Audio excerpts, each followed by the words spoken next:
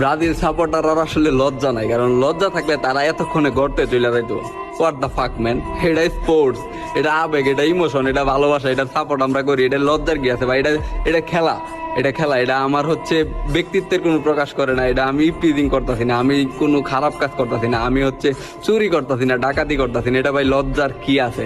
আর তখন আইসা বলেন যে 2019 সালে ব্রাজিল সর্বশেষ কোপা আমেরিকা দিচ্ছে, আজকে 2024, দীর্ঘ 5 বছর যাবৎ ব্রাজিল কোনো কোপা আমেরিকা কিংবা কোনো কাপ জিতে নাই।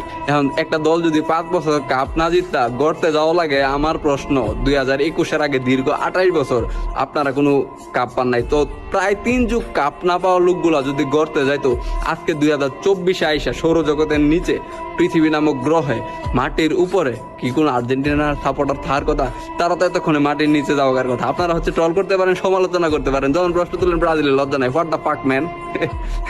আপনাদের যদি লজ্জা থাকতো তাহলে আপনারা কিভাবে দুনিয়াতে আছেন ভাই? নাকি আপনার জন্মটা 26শে মার্চ 2020, মানে করোনার পরে কি আপনার জন্ম? এটা আমি বুঝি না। আর্জেন্টিনার ফ্যানরা আমার কথাটাই কষ্ট পাইলে আই এম রিয়েলি সরি, কিন্তু যখন আপনারা এই কথাগুলো বলেন যে ব্রাজিল সাপোর্ট করে, লজ্জা নাই।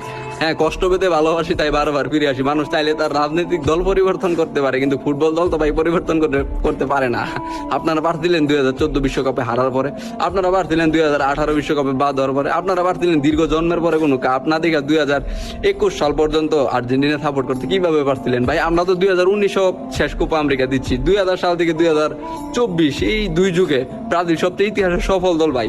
2002 সালে বিশ্বকাপ, 2000 তারপরে হচ্ছে 4 সালে হচ্ছে ফিফা কনফেডারেশন কাপ, 2000 তারপরে হচ্ছে 5 সালে, 7 সালে, 9 সালে কোপা আমেরিকা, তারপরে 13 সালে কনফেডারেশন, 16 সালে আবার হচ্ছে অলিম্পিক গোল্ড মেডেল, 19 সালে কোপা আমেরিকা, আবার 20 সালে অলিম্পিক গোল্ড মেডেল। তো ব্রাজিল হচ্ছে ভাই সফল একটা দল।